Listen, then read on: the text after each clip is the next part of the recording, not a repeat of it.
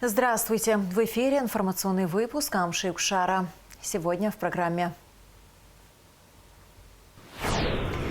В республику прибыла делегация Минсельхоза России во главе с министром Оксаной Лут. Гостей принял президент Абхазии Бадрагунба. В Сухуми прошел круглый стол, организованный представителями Ассоциации инклюзивного туризма совместно с командой Абхазии. При содействии общероссийского движения «Народный фронт за Россию». Редчайшая хищная птица Евразии орлан белохвост возобновил свое место обитания в Абхазии. Об этом сообщил Роман Бар. Бадрагунба поздравил Владимира Путина с Днем Конституции, который отмечается в Российской Федерации 12 декабря. Президент Абхазии подчеркнул, что принятие основного закона стало важнейшим событием в новейшей истории России, определившим стратегический путь ее развития как сильного, суверенного и демократического государства. Бадрагунба отметил особый союзнический характер российско-абхазских отношений, основанных на взаимном доверии, и поблагодарил президента России за неизменную поддержку Абхазии в вопросах ее безопасности и развития. Премьер-министр Владимир Делба поздравил председателя правительства Российской Федерации Михаила Мишустина с Днем Конституции. Высоко ценим достигнутый при вашей поддержке уровень абхазо-российского межправительственного взаимодействия. Убеждены, что плодотворное сотрудничество, всецело отвечающее интересам народов Абхазии и России, будет интенсивно развиваться, говорится в частности в поздравительном адресе. В республику прибыла делегация Минсельхоза России во главе с министром Оксаной Лут. Гостей принял президент Абхазии Бадрагунба. Во встрече также приняли участие премьер-министр Владимир Делба, руководитель администрации президента Беслан Эшба, министр сельского хозяйства Беслан Джопуа, посол Российской Федерации в Республике Абхазия Михаил Шургалин. Глава государства поблагодарил министра за визит, отметив, что Абхазия, помимо развитой туристической сферы, является аграрной республикой. Бадрагунба особо выделил экологичность и качество местной продукции. Президент выразил благодарность Министерству сельского хозяйства России за постоянную поддержку республики. С 2018 года Абхазия получила гуманитарную помощь на сумму 330 миллионов рублей, а также сельхозтехнику и тракторы. Бадрагунба выразил надежду, что визит министра позволит сотрудничеству между ведомствами достичь высокого уровня. Уважаемая Оксана Николаевна, уважаемые коллеги, позвольте поприветствовать вас. Хотел бы поздравить вас с Днем Конституции. Спасибо. Сегодня большой праздник в России. Желаю великой России, гражданам России благополучия, мира, созидания, развития. Чем крепкая и сильнее Россия, тем комфортнее соседям, тем надежнее соседям. Мы всегда стараемся быть последовательны в своих действиях, и как соседи мы опираемся на поддержку и мощь великой России. Я благодарю вас за визит в Абхазию. Для нас это очень важно. Вы знаете, что Абхазия, помимо своих туристических возможностей, также является и аграрной республикой. Абхазия всегда имела возможность производить качественную сельскохозяйственную продукцию, выращенные на территории Абхазии. Всегда продукция отличалась своей экологичностью. Это такие культуры, как цитрусовый орех, виноград, и киви и ряд других сельскохозяйственных продукций, которые для россиян являются в какой-то степени экзотическими. И мы буквально накануне Нового года знаем, что очень тяжело представить себе новогодние праздники без абхазских мандарин. Я бы хотел отметить, что мы развиваем направление и поддержку развития сельского хозяйства. У нас действуют и бюджетные инвестиции, программы поддержки сельского хозяйства, расширяем ее возможности. Понятно, что возможности ограничены, но для нас это не только обеспечение продовольственной безопасности, так скажем, но это, конечно же, сохранение наших сел, сохранение самобытности, сохранение культуры и языка. Развитие сельского хозяйства – это глобальная задача, над которой мы сегодня работаем. Пользуясь случаем, хотел бы поблагодарить вас, ваших коллег, Минсельхоз России всегда оказывал поддержку нашей республике. Ну и, конечно же, ваш визит придает нам особые надежды, что это сотрудничество будет развиваться, взаимодействие между нашими ведомствами достигнут высокого уровня. Знаю ваше теплое отношение к нашей республике и надеюсь, что мы также продолжим взаимодействовать. Подразумеваю, спасибо большое за теплые слова. Я сегодня очень рада быть в Абхазии. Первый раз посещаю республику. Даже во время, собственно, Советского Союза, я родилась в Советском Союзе, видела Абхазию только в телевизоре, в наших советских фильмах. Поэтому здесь для меня это тоже сегодня такое открытие. Увидела природу, пока вот мы ехали в Сухум, увидела природу, очень красивая самобытная природа. Конечно, если говорить о нашем сотрудничестве, у нас растет товарооборот, 157 миллионов долларов эквивалент был по прошлому году, в этом году выросли как со стороны поставок России, так и со стороны поставок Абхазии в Россию. Много есть направлений у нас, где мы можем развиваться. Россия всегда будет поставлять ту продукцию, которая нужна Абхазии, в том объеме, в котором она нужна. В том числе, вот вы сказали про сельхозтехнику, да, у нас есть еще свои минеральные удобрения, которые нужны для развития как раз сельского хозяйства республики. Поэтому здесь со стороны России все, что будет нужно Абхазии, всегда будет поставлено. Если говорить в обратную сторону, конечно, вот как вы сказали про изюминку, конечно, может быть, как Абхазия небольшая, небольшая республика, но очень самобытная, с определенными направлениями в нашей отрасли, в агропромышленном комплексе. И, конечно, здесь, собственно, вы сказали, символом любого Нового года в Советском Союзе, в России являются мандарины. У нас есть сейчас уже там, с 2005 года сотрудничество между вот как раз Институтом сельского хозяйства, да, Академией наук Абхазии и нашим Центром субтропических культур с определенной технологией производства, так, чтобы это подходило по карантинным требованиям, фитосанитарным требованиям. Поэтому для нас это представляет большой интерес, потому что Россия в год импортирует порядка 450 тысяч тонн мандарин. Конечно, там основные страны – это у нас Турция, Китай, который вот вы назвали. В этом году мы импортировали мандарин из Абхазии порядка 13 тысяч. Мне кажется, потенциал есть очень хороший, потому что в лучшие времена Абхазия выращивала 50 тысяч тонн, ну вот в зависимости там тоже, да, от погодных условий.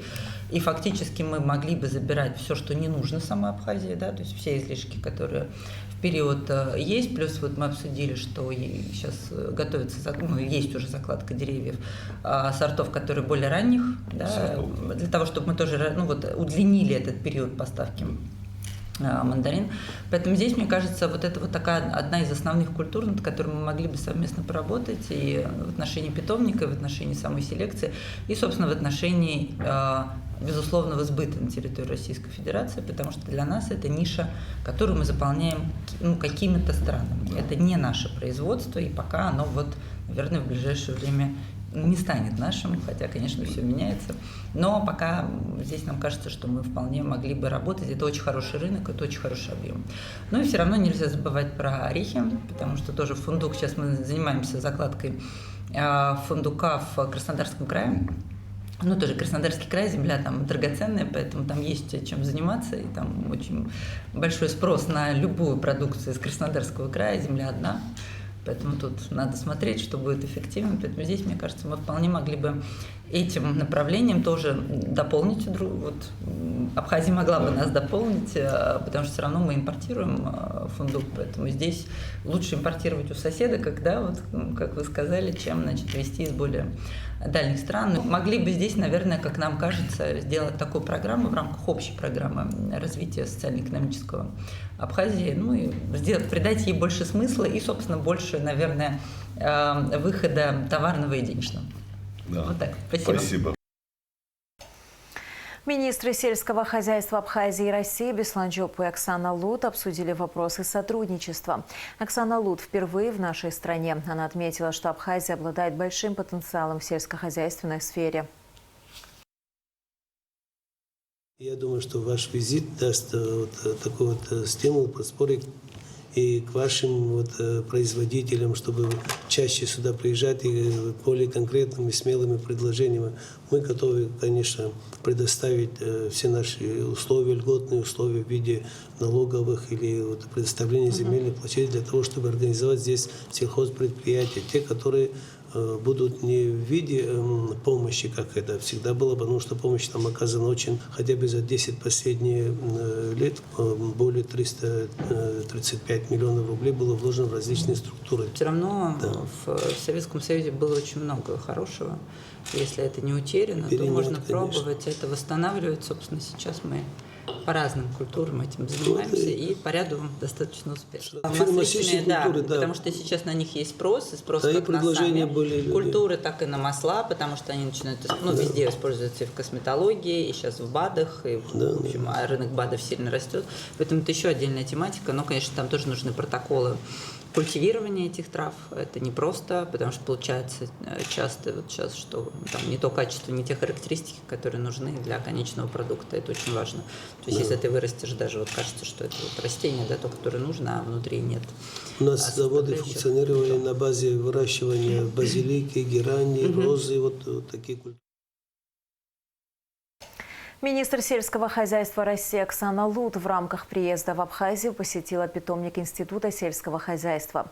Здесь ей показали недавно посаженные деревья банана, манго, папайи. Предложение о выращивании в Абхазии экзотических фруктов было озвучено в рамках круглого стола в Москве, организованном Академией субтропического хозяйства России. Оксана Лут посетила питомник, чтобы посмотреть, как прижились саженцы. Министр сельского хозяйства России, директор института Люся Кайба посадили еще одно банановое дерево. Затем Оксану Лут ознакомили с перечнем фруктовых насаждений, выращиваемых в питомнике. 22 января в Москве мы были на выставке, круглый стол проводили, как раз посвященный развитию субтропического сельского хозяйства. И нам удалось поприсутствовать на мероприятии, которое проводила Оксана Николаевна. И там мы ей пообещали, что в наших планах строительство 3 экспериментальных теплиц, где мы отработаем технологии по выращиванию бананов и иных тропических растений, чтобы внедрять на территории Абхазии и России. И причем в перечне теплиц, первая теплица, в которой мы сегодня присутствуем, в Сухуми, на территории Института сельского хозяйства Академии наук Абхазии. Вот, министр приехала, она знает про те 2 теплицы, которые в Сочи, но мы их заложили, высадили бананы в августе и в сентябре, а это первая теплица, и для нас большая честь, я считаю, и для института, да, и для Республики Абхазия. Собственно, визит министра Российской Федерации по сельскому хозяйству Оксаны Николаевны Лут в Абхазию, он, на наш взгляд, не побоюсь этого слова, дорогого стоит. Собственно, это поддержка тех начинаний, которые происходят в сельском хозяйстве Республики Абхазия, и, безусловно, в соседнем городе Сочи и в южных регионах России. Она все восприняла очень хорошо, мы на позитиве, диалог продолжается, и я думаю, не за горами то время, когда мы будем показывать лучшие результаты, закладки больше площадей, не только бананов, папайи, но, собственно, наших любимых фейхоа, мандарин. Говорит предыстория, что мандарины Абхазии доминировали на рынке России. Совсем недалекое время, это 150 тысяч тонн в советское время Абхазия производила. Сегодня, грустная картина, но зато надежда, что с 30 тысяч тонн мы поднимемся выше и будем производить, и сельское хозяйство Абхазии будет доминировать на рынке субтропической и тропической продукции в России, я в этом уверен. Вопросы, связанные со случаями постановки на воинский учет Российской Федерации граждан Республики Абхазия, обладающих и гражданством Российской Федерации, обсудили министр иностранных дел Олег Барциц и министр обороны Владимир Ануа. Речь, в частности, идет о гражданах республики, проходящих обучение в вузах России. Стороны обсудили возможные пути урегулирования данного вопроса, в том числе в рамках соглашения об урегулировании вопросов двойного гражданства между Республикой Абхазия и Российской Федерацией. Вечер памяти, посвященный 80-летию со дня рождения первого президента Абхазии Владислава Арзанба, состоялся в Абхазской государственной филармонии. На мероприятии прошел показ документального фильма, в котором освещаются основные этапы жизни и деятельности Арзанба. Звучали стихотворения и песни в исполнении звезд абхазской эстрады. Друзья и соратники Владислава Григорьевича поделились воспоминаниями о нем. Вечер памяти в рамках года Владислава Арзанба был организован администрацией Сухумского района. Будучи во главе государства, он всегда ставил во главу угла интересы абхазского народа. И самое главное, что, будучи главой государства и лидером такого маленького народа, и находясь под огромным давлением других государств, других сил, он сумел сохранить честь своего народа. Что же касается нас, добровольцев, то мы были люди свободные. В основном людьми двигало именно идейные соображения. И для того, чтобы люди умирали, шли в бой, очень важно, чтобы лидер, который стоит во главе этого движения, чтобы он обладал высокими качествами, личностными. И чтобы лидер, народ, который идет за этим лидером, чтобы они в нем не сомневались. Владислав Григорьевич обладал огромной харизмой, и никто не сомневался, что он ни при каких обстоятельствах, ни под каким нажимом не будет предавать и сдавать национальные интересы. И мы в этом были уверены, поэтому мы смело шли на смерть, воевали, готовы были погибать. Если бы не было такого лидера, 1000 людей не поддержали бы это движение. И я считаю, что абхазскому народу по воле Всевышнего оказал он милость, что в самый трудный час их истории он послал ему такого лидера. Я хочу пожелать абхазскому народу, пока на этой земле будут матери рождать таких людей, как Владислав Григорьевич, у абхазского народа будет будущее. Я смотрю на современную молодежь абхазскую, и в принципе я радуюсь и вижу, что молодежь неплохая, хорошая растет. Я надеюсь, что еще много таких людей, как Владислав Григорьевич, Всевышний пошлет этому народу. Продолжается прием заявок на выборы в молодежный парламент. Цели органа, который будет выполнять общественно-консультативные функции при народном собрании, вовлечение молодежи в общественно-политическую жизнь страны, подготовка предложений по вопросам, затрагивающим интересы и права молодого поколения, содействие реализации государственной молодежной политики. В молодежном парламенте предусмотрено 17 мест. Также есть аналогия спикера. Это председатель молодежного парламента. Возрастной критерий – люди от 18 до 30 лет, активно участвующие в общественной жизни и достигшие успеха в различных сферах. По текущему положению молодежный парламент будет действовать 3 года. Прием заявок продлится до 3 января. Это прекрасная возможность для всех молодых и активных людей принять участие и фактически понять, как работает парламент изнутри. Так сказать, по принципу кадрового резерва, по принципу получения опыта, непосредственно принимая участие в законотворчестве. То есть нужно понимать, что, естественно, по сравнению с парламентом Республики Абхазия гораздо меньше полномочий, но они и не требуются. Необходимо для молодых людей понять, как работает законодательный ветвь власти, как происходит взаимодействие внутри самого парламента с аппаратом парламента, с исполнительной властью. И, что немаловажно, это прекрасная площадка для того, чтобы проработать те социальные молодежные вопросы, которые назрели в целом в обществе, и у молодых ребят будет возможность, проработав эти вопросы, выступить на сессии парламента. То есть это предусмотрено положением, которое у нас принято было еще в прошлом году, которое является основой для того, чтобы формировать парламент в целом. С 3 декабря текущего года начался процесс приема заявок. Мы всех призываем активно принимать участие. И в случае возникновения каких-либо вопросов существует оргкомитет по официальным каналам связи. Можно с ними связаться, обратиться к ним. Также избирательная комиссия выполняет все свои обязательства и также содействует в процессе приема заявок. Члены Общественной палаты организовали онлайн-встречу с председателем комиссии Общественной палаты России по демографии, защите семьи, детей и традиционных семейных ценностей Сергеем Рыбальченко. Участники встречи обсудили проблемы, связанные с низкой рождаемостью, а также различные пути решения демографических проблем. Речь шла и о государственной демографической политике, возможных вариантах поддержки многодетных семей, укреплении семейных ценностей.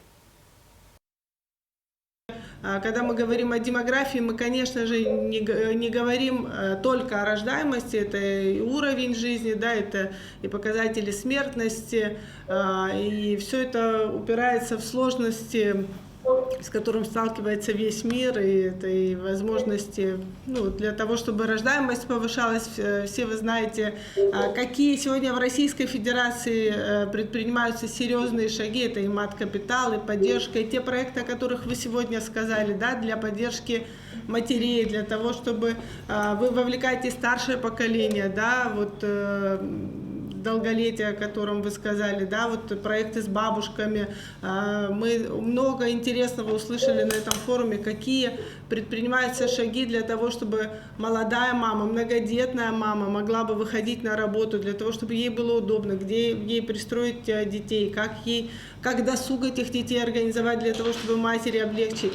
Конечно, для нас это вот такой предмет для подражания, и мы, конечно, очень рады, что коллегам Российской Федерации это удается реализовать.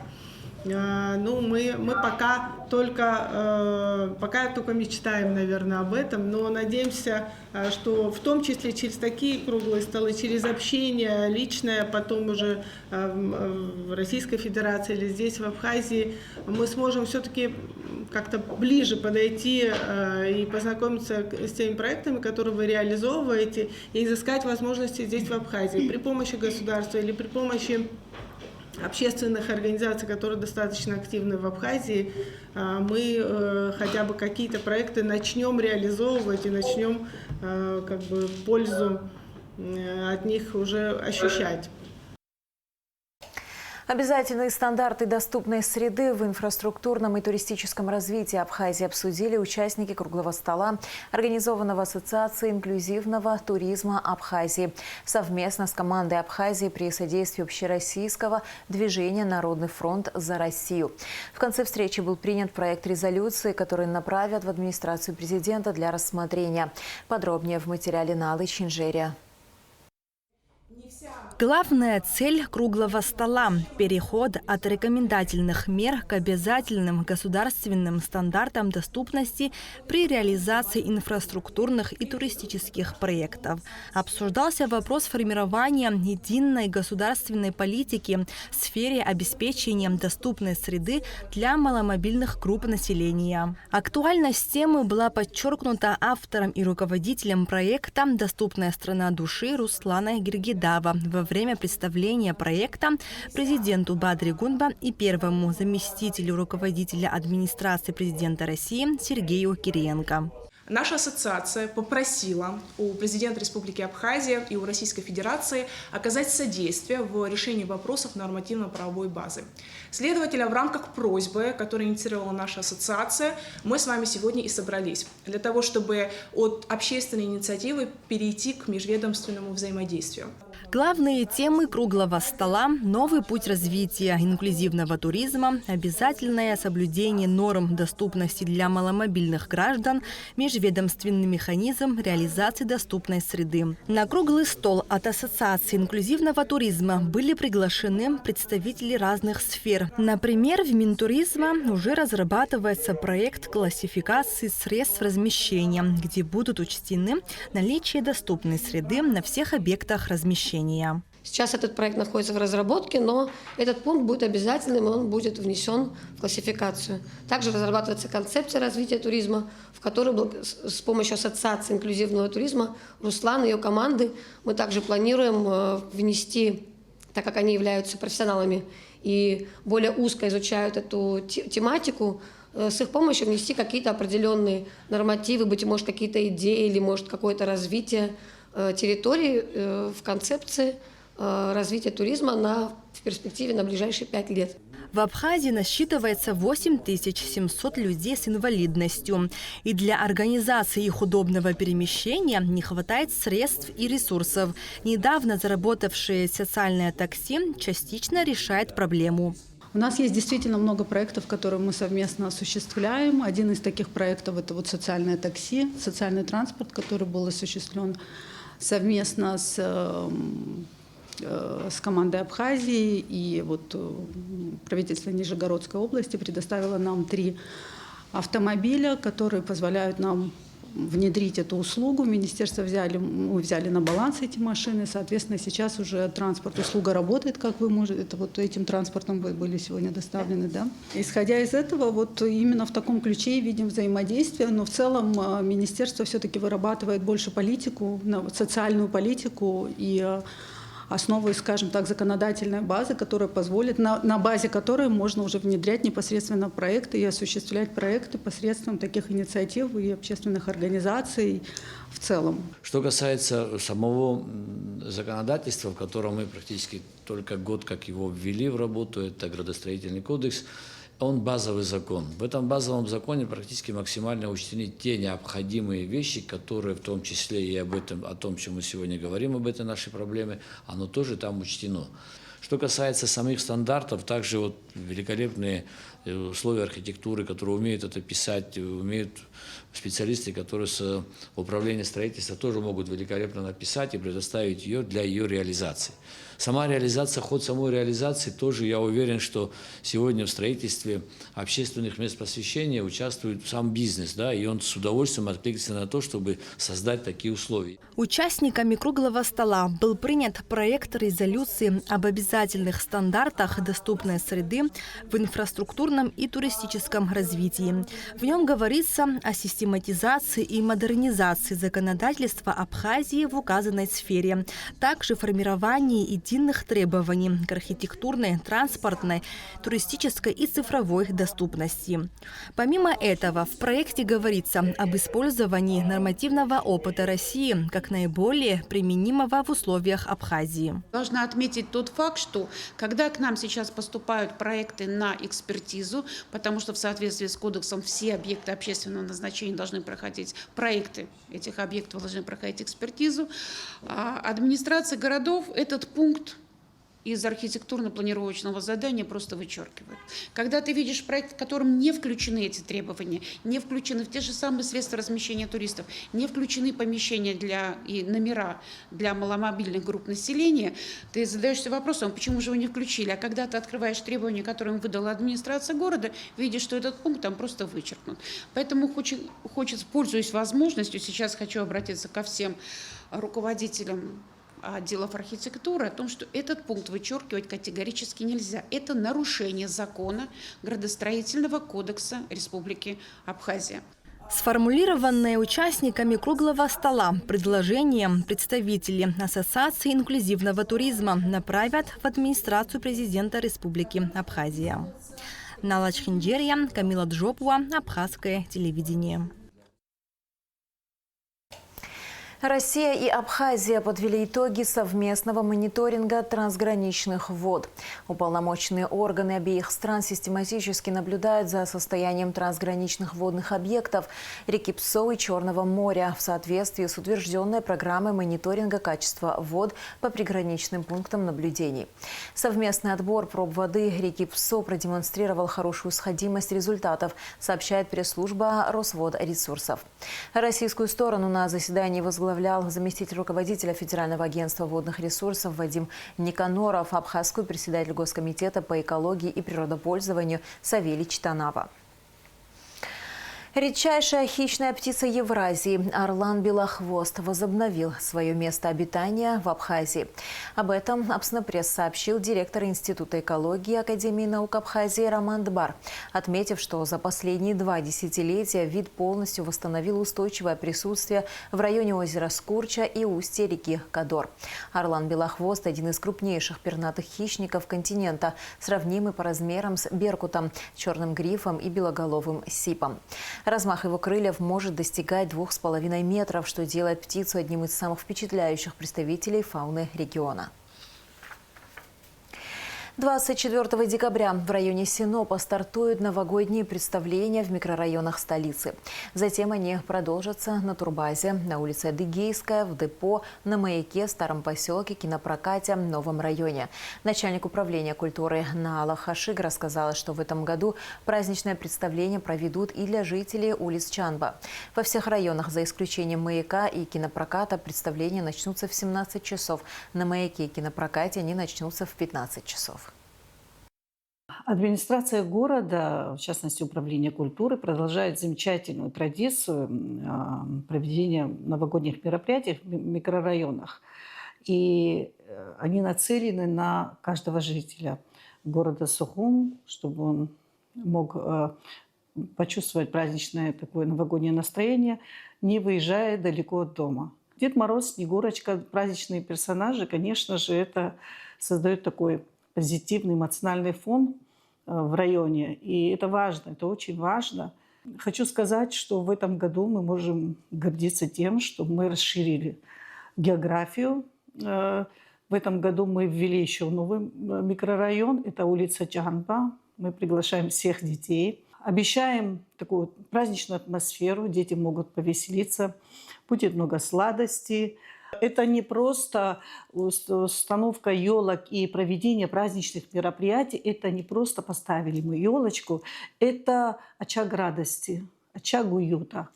Вот как-то так. И мы распределили, составили график по микрорайонам.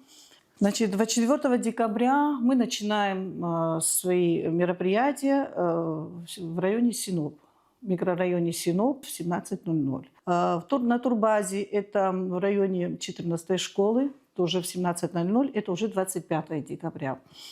Ждем детей 26 декабря на улице Адыгейской. Тоже в прошлом году мы ввели этот микрорайон. Хочу отметить, что мы каждый год стараемся добавить по одному микрорайону. Начало в 5 часов. 27 декабря у нас будет 2. Значит, мы охватываем этот микрорайон. Там район депо и Маякская школа. На Маяке будет у нас 15:00, а в депо в 17:00. И как-то это попадает на выходные дни, поэтому мы сделали вот 2 мероприятия в один день. Также 28 декабря в 15:00 кинопрокат, а в 17:00 это уже старый поселок. Это уже более такие густонаселенные микрорайоны. Вот. И, как я уже сказала, мы ввели в этом году улицу Чанба. Мы рады видеть гостей, детей, ощутить такое ощущение праздника. Тоже в 17:00 на улице Чанба. 30 декабря мы завершаем наш такой новогодний рейс на новом районе, в самом густонаселенном спальном районе, в нашем замечательном сквере, который вот в этом году мы открыли его, облагородили. И рады будем видеть мам со своими детьми, бабушек со своими внуками, внучками. С удовольствием мы подготовили хорошую программу, чтобы дети были довольны. Они контактировали со сказочными персонажами. И, конечно же, мы подготовили всем новогодние подарки. И в завершении выпуска о погоде. В выходные дни 13 и 14 декабря в Абхазии ожидается облачная с прояснениями погода. В субботу временами дождь разной интенсивности. Местами возможен дождь с градом, гроза. В воскресенье ночью возможен дождь, днем без осадков. Температура воздуха ночью 2,7, днем 6-11 градусов. Температура морской воды 14 градусов. На этом наш выпуск завершен. До скорых встреч в эфире.